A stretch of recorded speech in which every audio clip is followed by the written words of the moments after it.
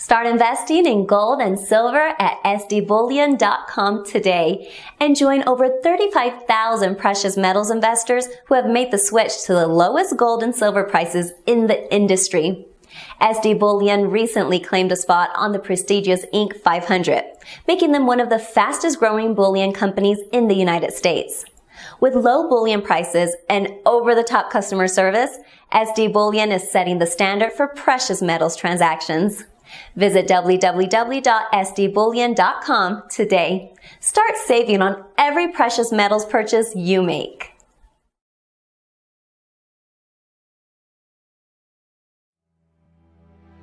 So I guess when you're talking about the removal of Christianity and really any sort of moral guideposts that we have, I think that from the perspective of the globalists, that's absolutely necessary.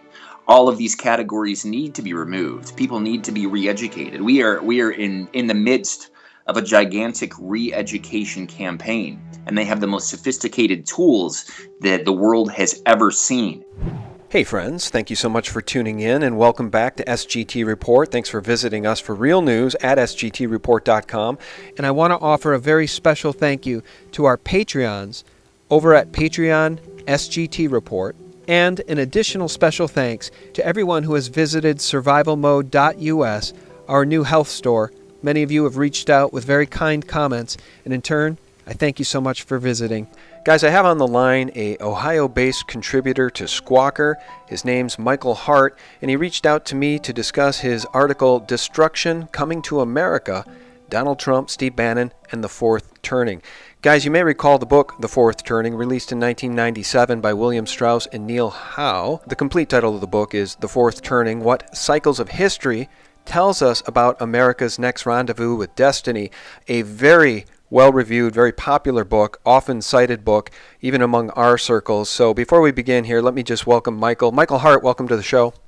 Hey, thank you so much for having me today.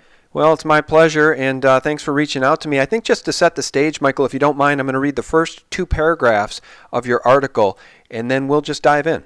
How's that sound? That sounds great. Thanks. Okay. And guys, it goes like this. A crisis is not coming. It is already here, and it will be as defining a moment in the history of the U.S. as the Great Depression, World War II, or the American Civil War. That is, if you believe an interesting theory laid out in a book called The Fourth Turning, What Cycles of History Tells Us About America's Next Rendezvous with Destiny.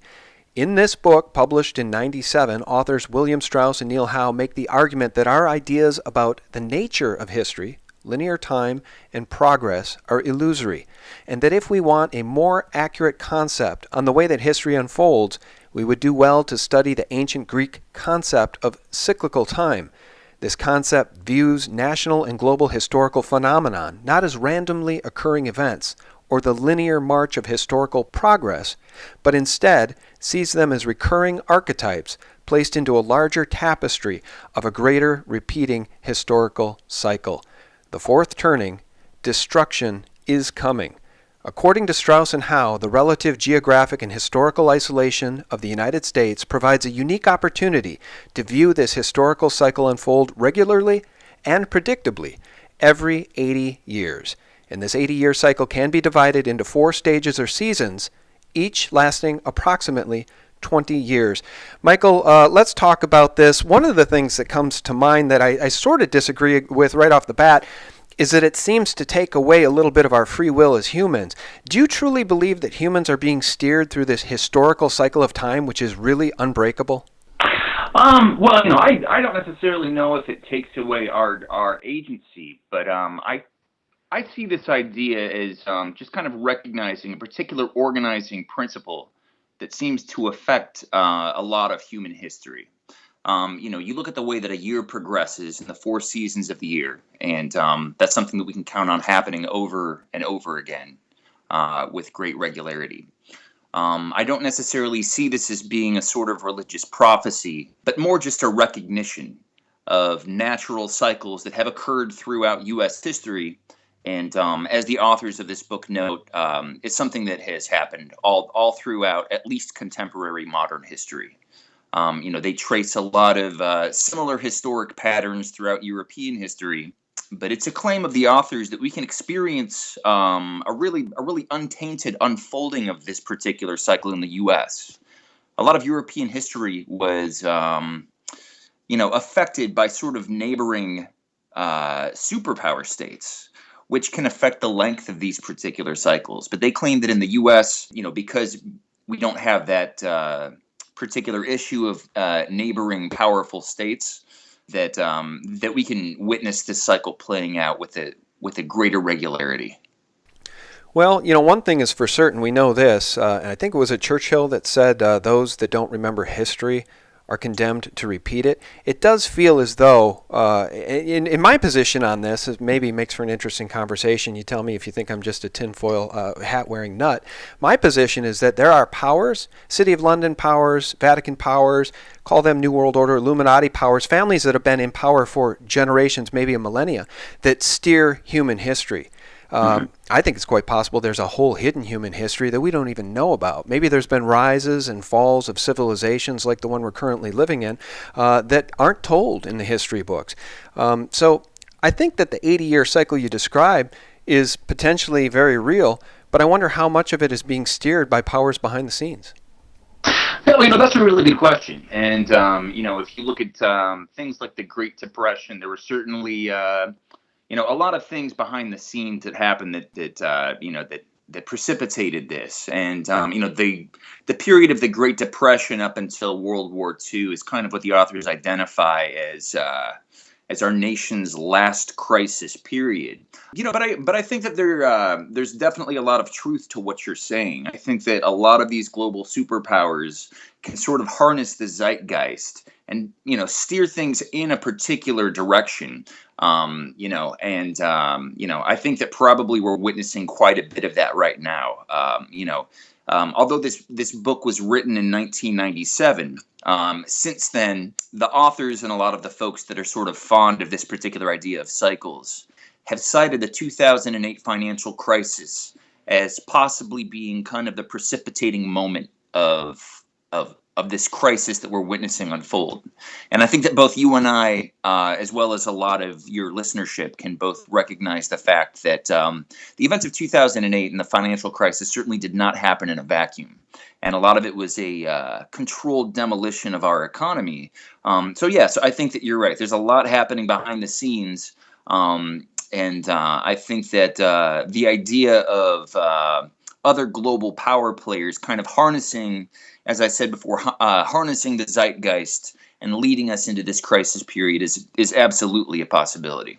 Well, agreed on that, and it's interesting that you brought up the 2008 crisis. I've been playing this soundbite that I'll play for you here in a second quite often here recently in interviews because I think it's so important, because I do agree that destruction is coming. Certainly economic destruction could come at the flip of a switch by the banking powers, and I think that this example that I'm about to play, this is Representative Konjorsky explaining on C-SPAN just after the 2008 crisis, how close to the precipice of complete economic collapse the world was, not just the United States, but the complete and total collapse of the dollar, the U.S. economy, and by virtue of that, the entire global economy. Listen to this. Their estimation was that by 2 o'clock that afternoon, $5.5 trillion would have been drawn out of the money market system of the United States, would have collapsed the entire economy of the United States, and within 24 hours, the world economy. Michael, that's powerful testimony about just how close we were to the precipice, and to me, it really supports what I was saying. I think there are powers behind the scenes. That to me sounds like a coordinated attack from the banking elite. That's not moms and pops. That's not the common man panicking and trying to get their money out of the bank. That's a coordinated attack to bring the U.S. economy to its knees. And they ended up getting what they wanted, didn't they? They got a blank check from the Congress. Oh, absolutely, yeah. They basically held our country hostage, and they demanded their bailouts, and they certainly got what they wanted, and certainly no accident, absolutely not an accident. The interesting thing, so basically the authors talk about this being a 4-stage cycle. You can kind of divide that into 20-year periods within this larger 80-year cycle, and the 20-year period immediately preceding a crisis which the authors refer to as an unraveling. That's basically the point where all of the social institutions have become absolutely rotten and corrupt. Human beings have absolutely no faith in these institutions. The experience of the individual is elevated to the highest point. So it is not only a complete atomization of society, there's no social cohesion, but also the individual's faith in what were formerly trusted institutions is completely eroded. Yeah, and I do agree with you. It feels like we're there. Now, according to this article that you've written and you recap the book, The Fourth Turning, the initial stage immediately follows a period of crisis. That would have been World War II. Everybody comes together. There's prosperity. There's conformity, etc. The second stage is the awakening or the turning. It's a period of questioning established values. That's like the 60s, the psychedelic revolution, anti-war protests, new spiritual age movements, etc. The third stage is the unraveling. That's the emphasis on autonomy and the questioning of spiritual, political, and individual authority in the quote awakening stages. It eventually destabilizes society, and that has certainly happened. They've done a hell of a job destroying the family unit. And the fourth stage is crisis. In the fourth turning, a destabilizing event, usually involving warfare, leads to the destruction and reconstruction of institutions of power. I would say the fourth turning happened on 9/11. We were hit and hit hard, they tell us, by an enemy that hates us for our liberty and our freedom, and ever since we've been at endless wars around the world, and those wars only seem to be broadening. The reach of this government in these unconstitutional wars of aggression seems to only become more imperialistic, more American treasure and bloodshed for, I don't know, at this point, I'd say they're wars for Israel. Again, powers behind the scenes manipulating world events. But I think the authors thought the period would be from 2005 to around 2025, this crisis, this fourth stage. I think it started in 2001, Michael. I think that there's a good possibility of that, and I've certainly considered that. This book having been written in 1997, that's a few short years away from those attacks. So yeah, the September 11th attacks absolutely changed the course of global geopolitical history, and they certainly took them in a direction where a lot of these. A lot of these plans could have been put into action. You look at the Project for a New American Century, exactly, and right. the Bush administration being, basically filled with neocons, with this particular overarching narrative that the world needed to be reshaped according to, their particular principles to end history, as Francis Fukuyama had, famously stated in the late 80s. And so, yeah, I think that to a degree you're right. And certainly the global financial crisis of 2008, that can't be seen as a, happening in a vacuum. And certainly the events of the September 11th attacks played a huge role in it. The migrant crisis that we're, witnessing now, you can trace a lot of this back to those attacks on September 11th. So, yeah, so I think, I think that to a degree you're absolutely correct. Okay, well now let's address the elephant in the room. The title of your article recapping this book is Destruction Coming to America, Donald Trump, Steve Bannon, and the Fourth Turning. And you do make note in your article that much of the establishment press have made note of Steve Bannon's interest in the book, striking a fearful and disturbing tone, inferring that Bannon wishes to somehow bring about this fourth turning. I think that's a tremendous reach. There's been a lot of interest in the fourth turning, this book. It's not just Steve Bannon. And, my position on this has been, had Hillary Rotten Clinton been able to somehow get into the White House, either by selection or actually being lawfully elected, we'd be on the same path to destruction, and maybe on a quicker path to destruction. Your thoughts on that? Oh, yeah, I think that you're absolutely right. A lot of the press, and I cite a couple of those articles in my piece for squawker.org, but they have sort of accused Steve Bannon of having this apocalyptic worldview, where he is actually looking to induce this crisis period for the United States. And it is my contention that that is not a correct analysis.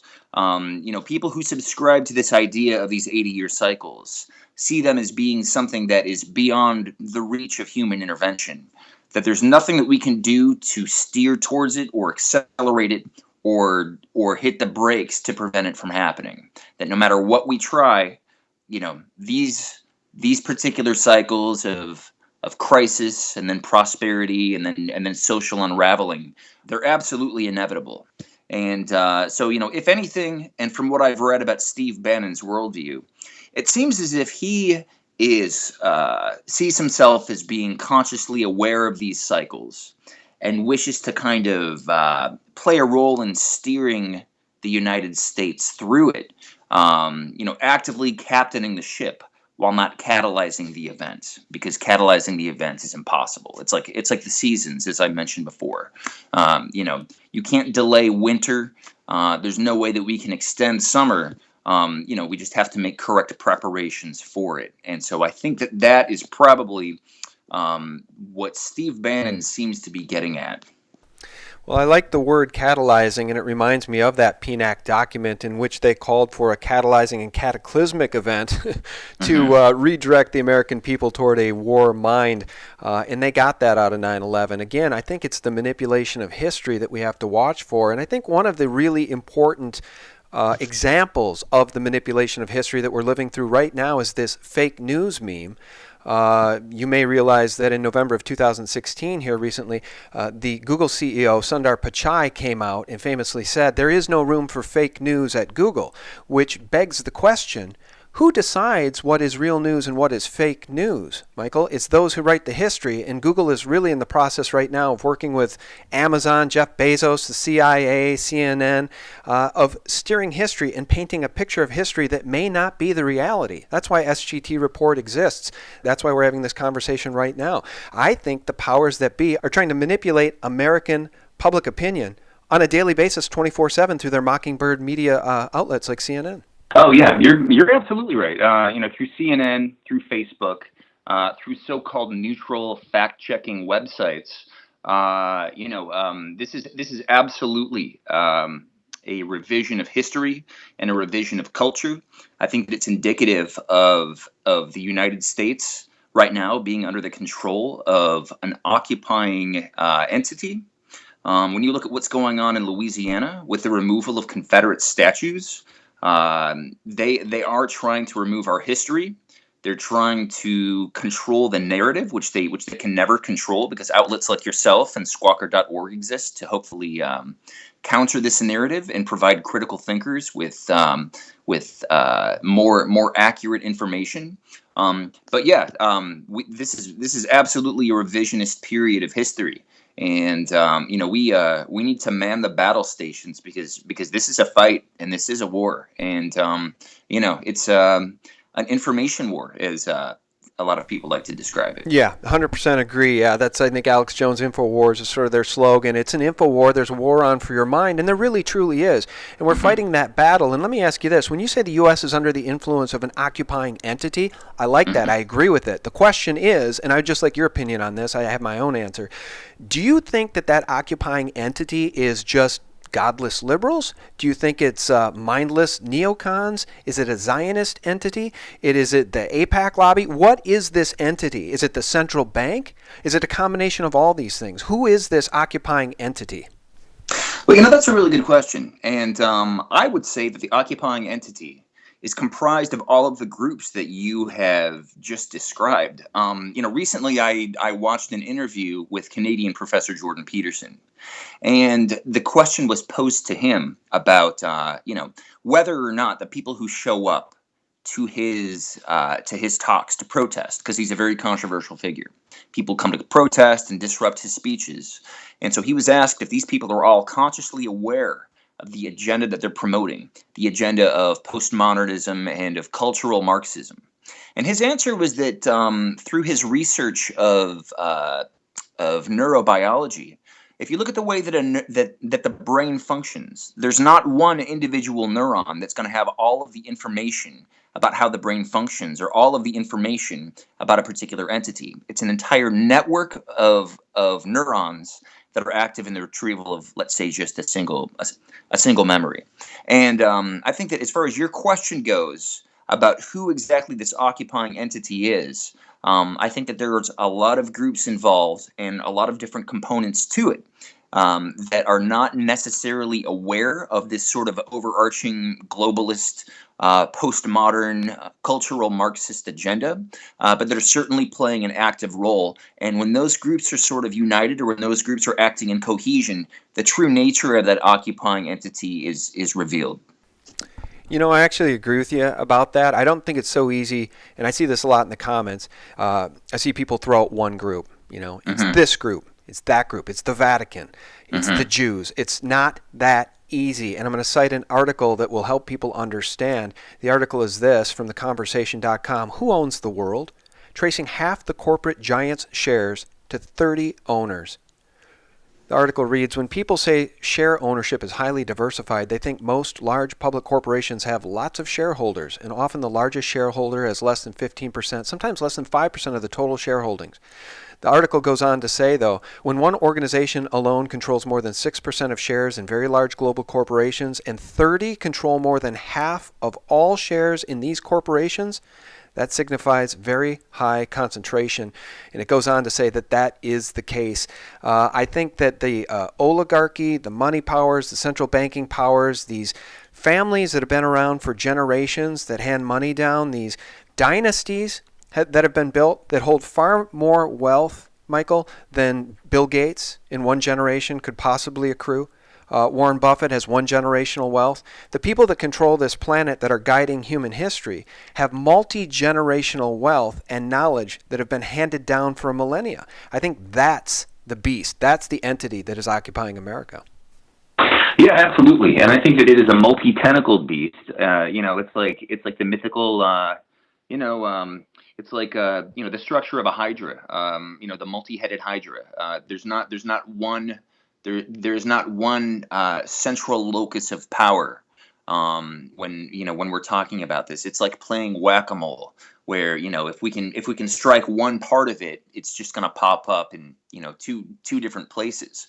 And so I think that similarly the resistance to it has to take on a similar structure. A lot of the resistance to globalism and this postmodernist cultural Marxist occupying force has sort of erupted around Donald Trump. And while he is certainly an important figure in the movement, I think that everybody realizes that we cannot place all of our chips on Donald Trump. That if something happens to him, if he's taken out, if he disappoints us, the entire movement falls apart. We certainly can't have that.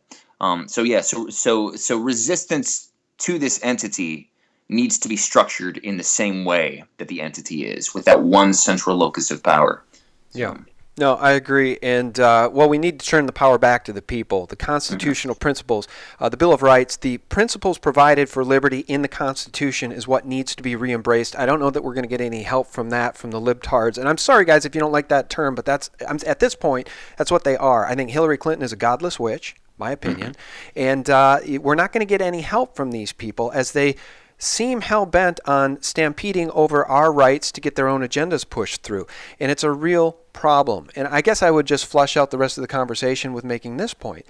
If Hillary and many on the left are truly godless, and now I'm seeing fingers being pointed at people like Pence and Bannon and Trump, and apparently there's all these evangelicals I keep hearing, lining the cabinet with evangelicals, or maybe mostly neocons, but let's say there's this evangelical entity, this evangelical characteristic that's been brought. That to me says godliness, that to me says people that at least have spiritual faith or believe in a higher power, good or bad, that's what they are. To me, Michael, at this point in human history, if we're being asked to choose between the godless left, like Hillary Clinton and her minions, or people that have spiritual faith and higher power, it would seem to me that that's the better choice. I want your thoughts on that, because as it relates to the Founding Fathers and the Constitution, correct me if I'm wrong, I think it's very specific that it says our rights are given to us by our Creator. They're endowed. We are endowed with inalienable rights by our Creator, which means that no man, no Hillary Clinton, Bill Clinton, no George Soros, no Rothschild can take our rights away from us. They are inalienable. They are God-given. That's a very, very important document. Yeah, you're absolutely right. The whole concept of natural law and natural rights is certainly derived from the New Testament view on humanity. And it's derived from the idea that every individual is afforded certain rights due to the existence of the little spark of divinity that exists within each of us. And I think that right now what we're witnessing is an attempt to trample and to de-emphasize the rights of the individual and to focus on the collective. And, certainly Western history is predicated on the principles of Christianity and has been refined throughout the last 2,000 plus years. And unfortunately, Hillary Clinton and George Soros and their ilk are looking to overturn that and replace it with something, Marxism, a couple hundred years old. Every single time it's been implemented, it's resulted in a complete disaster, has enriched the minority while impoverishing the mass of people affected by it. And if you look at what's going on in Venezuela right now, I think that's the best example for those that are not old enough to recognize the horrors of the Soviet Union. So yeah, that's our choice right now. Well, I think you're spot on, and Venezuela is a very sobering example of where we could end up should we hit hyperinflation. And we won't get into precious metals and the need to maybe have some of those to shore up your reserves in case of a calamity and an economic collapse. But the people in Venezuela that have any precious metals at this point in physical form are surviving, because right now there's lots of people and children literally starving in Venezuela because of the nightmare they're going through. And I think that was also a banker-propagated nightmare. It's been caused on purpose. It doesn't have to be that way. They have plenty of resources there. Again, that's a nation being victimized by, we could say, Western banking powers. I would prefer to say City of London banking powers, Wall Street banking powers. But I just want to circle back and say that I do believe that spirituality and the concept of Christianity in general, the concept of believing in God and a higher power, is under attack by these globalist New World Order powers. Heavy attack.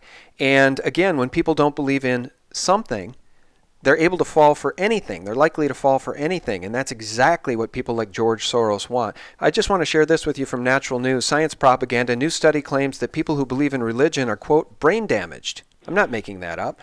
It just seems to me that the attack on spirituality is on, which leads me to believe that this whole prediction, this biblical prediction really, of a satanic end time scenario is actually where they want to steer us. Because what is the absence of God? An absence of God on this planet and in our society, I think, leaves a vacuum to be filled by a satanic ideal or a vision, or a satanic vision for humanity. I don't know if you want to go there. That's just my opinion. And I think maybe we should talk about it, since this fourth turning does apparently spell destruction. I think that kind of relates to a concept that I've been thinking about quite a bit lately, where if you look at what's going on culturally, it does seem like there is an agenda to sort of, impose chaos when it comes to people's moral values and categories of gender and just all of these things where, our history is being erased. The idea of male versus female is being completely blurred. A lot of the popular scientific thinking has been hijacked by ideologues like Bill Nye and Neil deGrasse Tyson. Oh, I love that you mentioned Bill Nye. Oh my God, have you seen that ridiculous? Have you seen My that? sex junk. Power bottom or a top off. Versatile love may have some butt stuff. Oh my God! Honestly, man, that is the single best example of what we're up against. I mean, that looked like a Saturday Night Live skit, but it was not. And for him to get in there at the end of that and say, exactly the right message, Rachel. Nice job. Wow, Rachel Bloom, everybody. That was exactly the right message. I mean, it's truly, truly insanity. That is how far down the rabbit hole we're going. I think you and I are on the same page here. Absolutely, yeah. And, so I guess when you're talking about the removal of Christianity and really any sort of moral guideposts that we have, I think that from the perspective of the globalists, that's absolutely necessary. All of these categories need to be removed. People need to be re-educated. We are in the midst of a gigantic re-education campaign, and they have the most sophisticated tools that the world has ever seen. And that's why we need to stand up, and we need to strike back metaphorically with whatever tools are at our disposal. I want to ask you this here because, we've talked about Hillary. I do believe she's just a completely godless person who has done much, much harm to this nation and would have done much more harm had she become president. Do you find it as fascinating as I do that just in recent days here there was information that suggested that Seth Rich was the DNC leaker who provided over 44,000 emails to WikiLeaks, and that's been completely covered up and ignored by the mainstream media, who have, instead of focusing on that, have chosen to continue with this fake Russian news meme, and now they're talking about trying to impeach Trump because he fired James Comey, when the fact of the matter is, for anybody paying attention, Comey was fired and should have been fired because I think he was obstructing justice in the case of Hillary Clinton and her need to be brought to justice. He was completely covering that up. So he fires Comey, which should have been done a long time ago, and this corrupt mainstream media in this nation spins the narrative. They flip the script, and they try to say he fired Comey because he's obstructing justice in this Russian investigation. Are you as flabbergasted by that as I am? It's really strange. And Comey is somebody that I think is very he's a character that's very difficult to pin down. And I'm not really sure what's going on with him. There was an interview that I saw on Fox News a couple days ago with Trey Gowdy, where he was actually basically, to paraphrase what he said, that if the public ever becomes aware of the circumstances surrounding Comey's recommendation to not pursue charges against Hillary Clinton, that history will indeed vindicate him. And I thought it was interesting. He later seemed to infer that the Clintons were so entrenched in the Department of Justice that if he were to recommend charges and they were to indeed prosecute Hillary Clinton, that something would have happened. They would have deliberately botched the prosecution. The evidence turned over to them would have been lost. And instead, he was hedging his bet on the idea that perhaps at a later time the case could be reopened.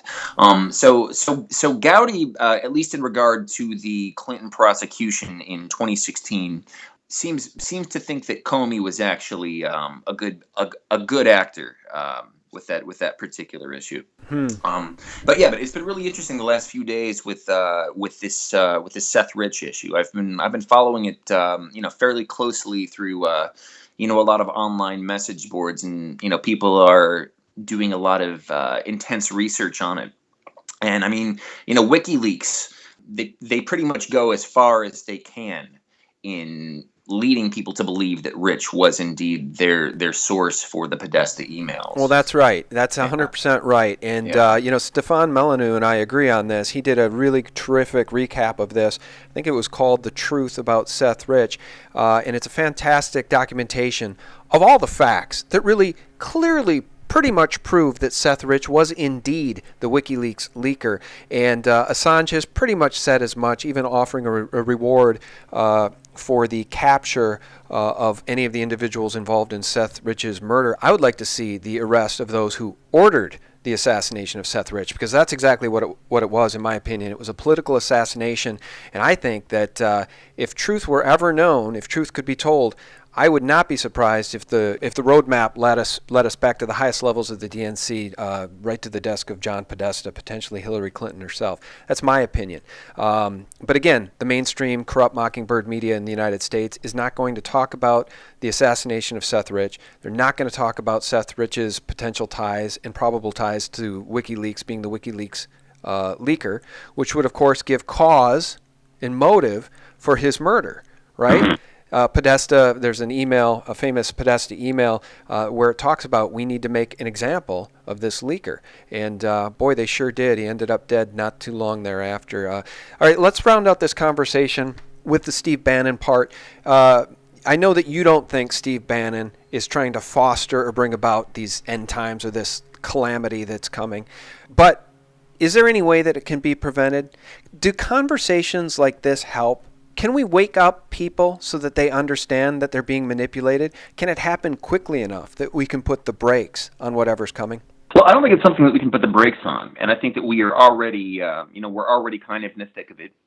I'm not sure what other events are going to unfold, or if there is indeed any sort of foreseeable endpoint to this part of the cycle. We really don't know. Sometimes, The authors note that that these cycles can unfold, and that the period following the crisis, it might not actually work out for the best. It might not be fantastic, or it might not be great. There's no way that we can avert these particular crisis times, but I think that these conversations are helpful. People do need to prepare, and people do need to steel themselves for it. And people do need to kind of pay a little bit more attention to what's going on in terms of geopolitical events, because that provides some context. And if you can contextualize, the seemingly chaotic global geopolitical scene in sort of a framework that recognizes these particular cycles arising and then their eventual resolution, I think that that's helpful, and that can allow us to adequately prepare to weather the storm. All right, last question for you, and it's about weathering the storm. I wonder how bad the storm will get, so we're going to talk about that. I want you to tell me if you think it's World War III, or is it just a total global economic collapse. Let's talk about what it is, but first I want to just mention the timeline again. In the book, they thought the timeline for this fourth turning, this last stage, would be 2005 to 2025. My thesis is that perhaps it started with 9/11 in 2001, which would make the end of this sequence in 2021. And that may not be so far off, because I've often cited the 1988 cover of The Economist magazine, the Rothschild-controlled Economist magazine, in which we see a phoenix rising from a burning pile of fiat dollars, and around the phoenix's neck is a gold medallion. It says 2018. That was a 30-year prediction for the rise of some sort of global currency and the demise of most fiat currencies. If that all started to happen in 2018, 2019, boy, the end of this cycle really could be 2021. But regardless of the time frame, what does this collapse look like? What does this catastrophic cycle, this fourth turning, what does it look like in your mind? How bad will it get? It's difficult to say, but it could be any one of these things. It could be all of these things. It could be a sort of confluence of different disasters that are all happening at the same time. I honestly have no idea. I think that a global economic collapse is absolutely possible. I think that World War III is absolutely possible. All of these scenarios may be equally likely. As far as pinning it down to a specific event, I don't necessarily know if we can do that. It could be a confluence of different crises. And I think that that's what we need to prepare ourselves. Worst case scenario. Yeah, I agree with you. And for those of us with faith in a higher power, in a creator, I think that a lot of people are calling this the end of days. I know that many generations throughout human history have felt like they were living in the end days. But boy, I'll tell you, Michael, it really seems to be pointing that way now, with the reestablishment of Israel back in the 50s, the Rothschilds playing their hand in that through the Balfour Declaration. It just seems like all the puzzle pieces are lining up. And for those on the left who are godless, my heart kind of goes out to them, because when you go through the end of days, when you go through anything as tumultuous as the times we're about to go through, and you don't believe in a higher power, that has to be a very, very lonely, isolating place to be. As they often say, there are no atheists in foxholes. I wonder how many will come around when the time comes. Last word from you, Michael. I really appreciate your time. Can you tell us how to find you on the net? You can actually contact me through squawker.org if you have any questions. Just go to squawker.org, and my contact information is listed in my biography online. Well, thanks for joining us. Guys, our guest has been Michael Hart. He's a contributor to Squawker. And Michael, thanks so much for your time. Hey, thank you so much for having me on. I appreciate it. Yeah, my pleasure. And guys, thank you so much for your support. Thanks for checking us out at sgtreport.com. Also, check out our new online health store, survivalmode.us. And check me out on Steemit. All of the SGT Report YouTube videos are now appearing on Steemit as well. Truth will prevail. Thanks so much, guys, and have a wonderful week. God bless.